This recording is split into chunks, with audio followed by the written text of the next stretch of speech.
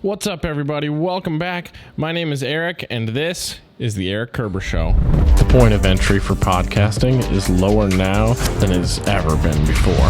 Whether it's an iPhone or iPad running GarageBand or any other device running Anchor FM, you can share your thoughts and ideas to the world. With that in mind, I figured it was about time I had a show of my own.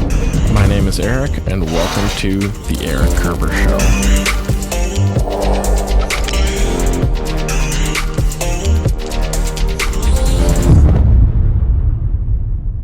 In today's episode, I wanted to do something a little bit different. I wanted to tell a story. Now, this story goes back a couple years for me, but it's a bit interesting. It kind of follows a little bit of my career path, which some of you guys don't know about. And yeah, let's just jump right into it. So essentially, the summary of this story is I had a previous job where I got fired for being too good of a video editor, and that sounds crazy, right? If you're too good at something, you feel like they'd keep you around. But there's a few, I've kind of backtracked to like a few points on I think why this kind of happened, what went wrong, and I'm not going to mention the name of the company that I worked for at that time. I've got they're still in business, they're still doing stuff. I've got really no ill will against them or any of their employees, but it was just an interesting situation that I got kind of thrown into. If you're a filmmaker or if you do anything creative, there's an importance of time needed to be creative. Like, that's what creativity is. It's like developing thoughts, developing ideas, putting them together into something cool or awesome, or like you need time to kind of develop that creativeness. And so this company that I worked for, they ran social media advertisements essentially. And so I got hired on to their ads team as like a video editor to like edit these ads together and do things like that. But they were like super production, crank it out focused, and that's just not my kind of thing. I want the video edit to be good. I don't want to make something where I press the export button and I hate what I just made. And there's been a few times where I've like had to do that, but it's just such a horrible feeling to be like, you put time into an edit, like it's your work, you're proud of it, you want it to be good, but then you're just like, crap, I got like too tight of a deadline, I have to hit export on this, it has to be done, but I'm not happy with it.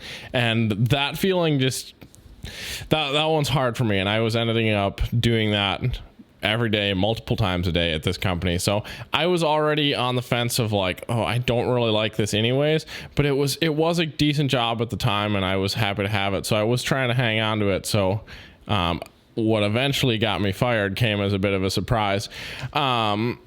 So yeah, for me, if whenever I'm like directly working with a client, and just from people I talk to and experiences of friends and family, and well personal too, I feel like any customer wants quality over quantity. I feel like is a pretty, I don't know, yeah, just universal thing.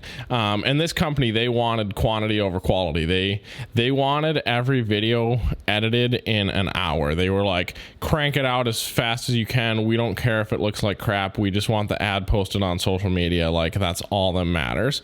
And yeah, to me, that was crazy, because like I was saying, like, it takes time to be creative. It takes time to put a good video edit together. So during my few months at this company, I was that's what I was doing. I was making good video edits, and so it would take me a little bit longer than an hour. And they had like a specific point system, like that, it's an 8-hour workday. They'd want you to do 8 tasks or projects in a day, essentially. And so like if a video edit was like, I think it was less than 8 to 10 video clips or something, then that was like one task.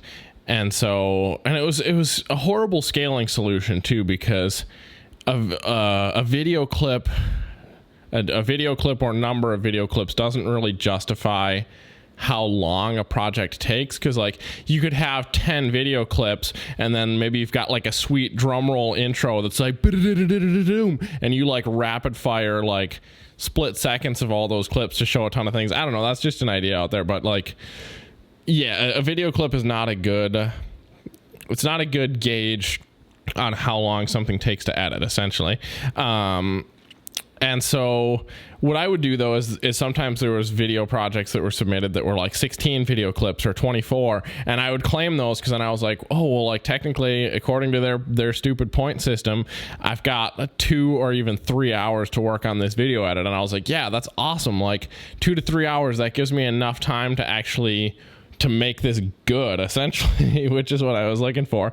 But even then they were like, the eight tasks or 8 projects per day was like the bare minimum. So like if I claimed a video project that could technically take me 2 to 3 hours, they still wanted it done in an hour if at all possible. And that was just like their huge pressure on speed. We don't care if it sucks. All that matters is speed. I am speed, you know, like manager was freaking Lightning McQueen or something over there. And so that was really getting to me a few weeks in of like these video projects. And there was other tasks that were in my responsibility too. And I'll get into that in a minute, but yeah, it was the video projects. As a video editor who prides himself in making things good, just like how forced that time crunch was. There was no time left open for creativity. There was nothing. It was like crank it in, crank it out. We don't care about anything else. And so, like, yeah, so essentially what was going on is my team leader, I'll refer, yeah. So the leader of the team was very analytical minded, and you can be like, you know, even as a creative and content creator posting stuff on YouTube, obviously there's analytics, there's data, there's stuff that I can look at, and I enjoy doing that. I enjoy seeing what videos perform well and stuff like that. So someone can have both creative and analytical skills. I definitely totally believe that, but they don't always work super well together. My manager, team leader at the time, they were pretty much all analytical and pretty much no creative. They were like all on the numbers. And this team, it was a weird team. Like if I was ever building a company or a business model, I wouldn't build it like this. But the video editing team that I was on was also responsible for publishing the ads to Facebook and then doing the whole Facebook business manager, data entry, ad targeting, stuff like that, which is fine. And I enjoyed that to a degree, and I was happy with the stuff I learned. But I almost feel like if I was doing it my own way or building my own company, there would be a dedicated video editing and creative team. Then there would be a publishing and analytics team. And this company at the time, they just had the ads team and then an account manager team for like that would directly talk to the clients and figure out what ads they wanted and stuff like that. But I think this process would have worked so much better under 3 teams, where you have a dedicated creative and video editing team that does videos, graphics, things like that, and then you have like your publishing team. That would have made more sense to me. But anyway, so I was diving into that too. So then like as I was learning Facebook Business Manager, because I had never done it before, I would have to, maybe publishing an ad or whatever would take me longer than an hour to figure out, which would cut down on my video editing time and stuff, which the video editing was like really what I cared the most about. I was like, and I even told them this too. I was like, hey, if you could just make me where video editing is all I do, and someone else who's actually better at publishing the ads than me, because I'm not good at everything. I have no issue admitting that. But I was like, yeah, if I could just video edit all the time, then someone else who's better at ad publishing than me could publish the ads. That would be such a better team dynamic, because I can crank out videos, and the clients at the company too knew that. Like there was some communication where they like knew people on the video editing team and stuff like that. And so before long, because I was doing such a good job at editing the videos, you know, not to boost my own ego too much, but like this was literally happening, where a client would submit a video and say, hey, I want Erik to edit this video. Like, I know he's going to do the best job. And I was like, yep, I know I am. And I was, because everyone else on that team was so far into that quantity over quality grind. They were just like cranking out garbage. I mean, there was some other decent video editors that I was able to talk to a little bit, but even still, they were also pressured into not taking that time to be creative. So they were just like, yeah, cranking stuff out, and it was just not good because it didn't seem like the clients were very happy with it. And honestly, like I said, this company is still in business. I'm not going to name them. But it kind of amazes me that they're still in business to a degree. Cause they've recently done some I've seen some of their videos and I'm like, wow, like this video quality is it's gone downhill. Like it's not good. And it was tough too, cause it was a lot of, it was just a weird dynamic, as I guess we'll put it at. And just the analytics and creative thinking just don't work that well together. So essentially what happened is I worked for this company for a few months. I was recommended to work there by a good friend of mine, and he was like the team leader of the account management team that I referenced earlier. So he was the team leader of talking to clients and making calls and stuff like that too. So I think not only did me getting fired after 3 months come down to my skill and not doing well publishing ads, or not following their crank it in, crank it out mindset as heavily as they wanted. But there was a bit of rivalry going on between my friend who recommended me, who is the team leader of the account managers, and then the team leader of my team, the ads team. They didn't like each other. They didn't get along. They were kind of arguing back and forth. And this was a entirely remote based company, so all this was done over Slack and things like that. So part of it too is my team leader kind of inherently didn't like me right out of the gate, because they knew that I was recommended by this other person that they didn't like, essentially, is kind of what it boiled down to. And then this other person who recommended me, knowing that I was a good video editor and stuff like that too, when he would talk directly to some clients and they wanted a really good video done, he would pretty much send that video project right to me and not necessarily go through the direct flow of commands. He would just say, hey, Eric, I want you to help me on this project. This is going to be a good one. Let's get this done. And I was like, yeah, that's great. And maybe I should have been more hesitant to do that, because that definitely drove a wedge between me and my team leader as well, because my team leader wanted to, ultimately they were my team leader, so they kind of had the right to delegate what I was doing. So when I was directly taking direct instructions, I guess, so to speak, from a different team leader and doing special projects and stuff for them, that seemed to cause some frustration with them too. And it's hard to tell over Slack when you're mainly just Slack messaging. And we had some group conference calls and stuff. There was a weekly meeting and things where we all kind of chatted and stuff like that. But it's hard to tell. It's hard to express things over Slack. And so that was just an interesting dynamic too. And there was, on top of these two team leaders, there was a general manager as well who liked me. And literally in my exit interview, from what I can tell, obviously I can't read his inner thoughts, but from what I can tell from that exit, hey, you're pretty much getting fired phone call, the general manager, who I had talked to a fair amount, honestly, about this, is these issues were developing between the two team leaders and stuff. I would go to him, say, hey, you're kind of the boss man. What can we do about this?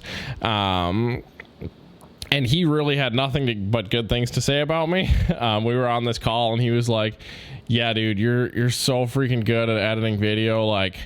If we ever need a quality video made, you're going to be the first person I call. You're at the top of my list.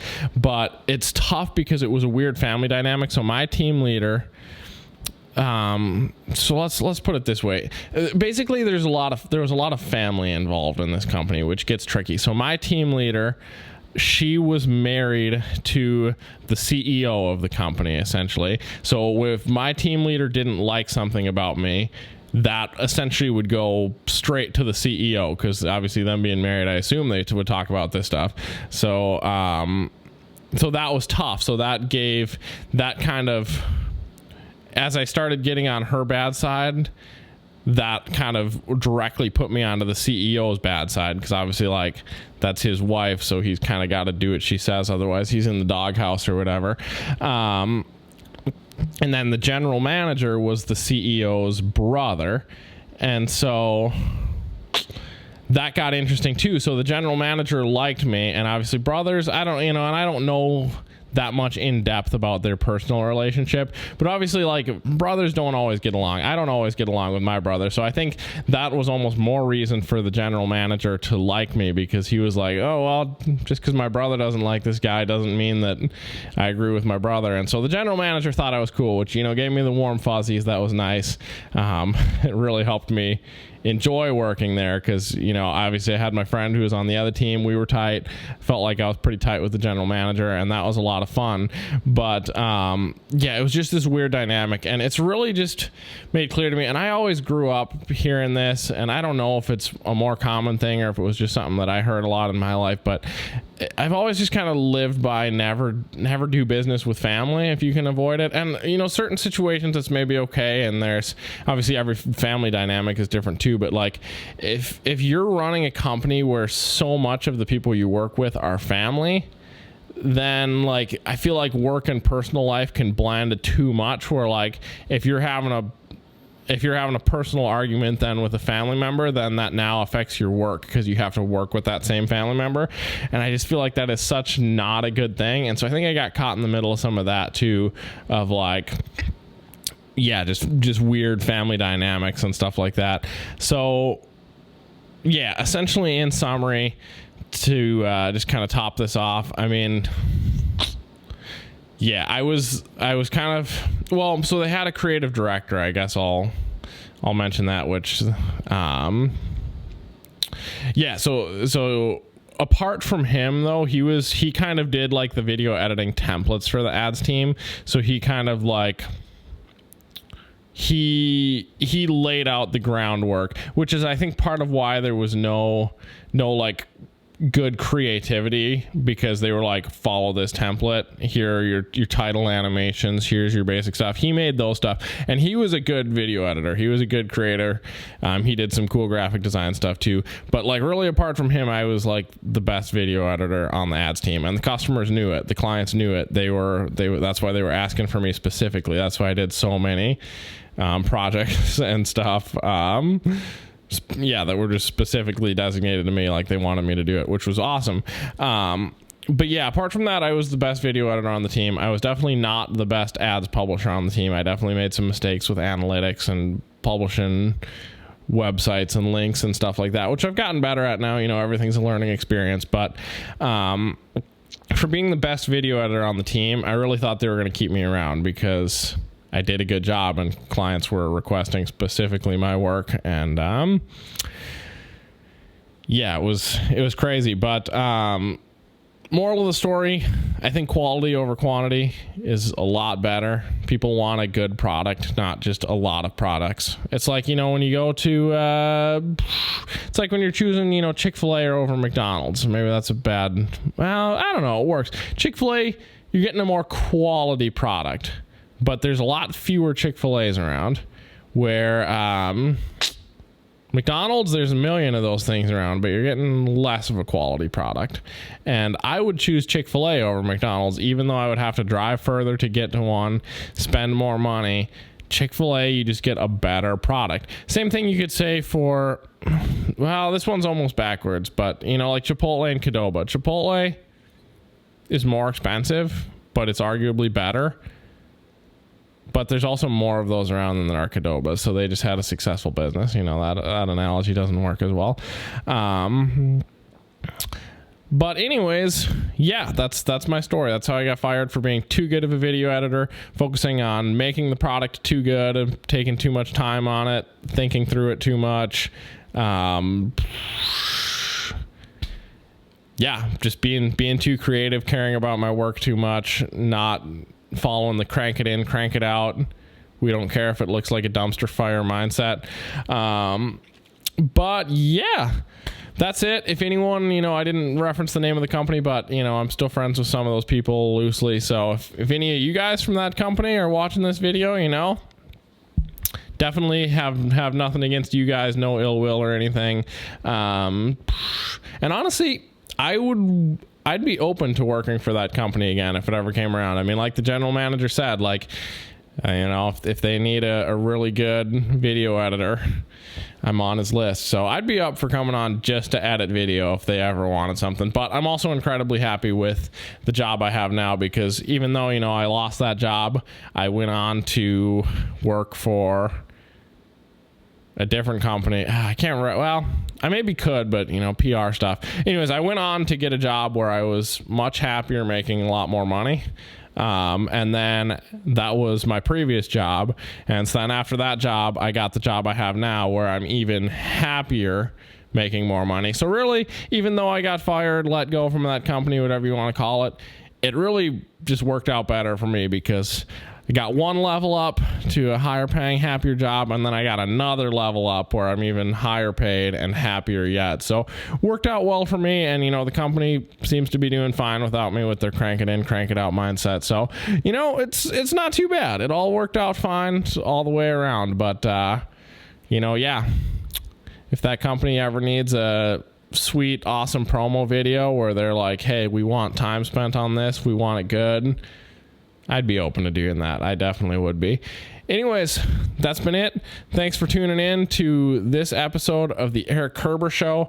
I got to get better at doing these more often, because I do enjoy them, Drop a comment down below if there's any specific things you'd like me to talk about on the Erik Kerber Show. I'm up for, usually up for anything. I'm pretty flexible, and I do read through the comments on YouTube, so definitely drop it down there. If you're listening on podcast platform, Apple Podcast, Spotify, whatever, please give it a good rating, maybe type a little review. That helps things out a lot. Just helps grow the audience. All right, thanks again for tuning in. Catch you guys in the next one. Peace.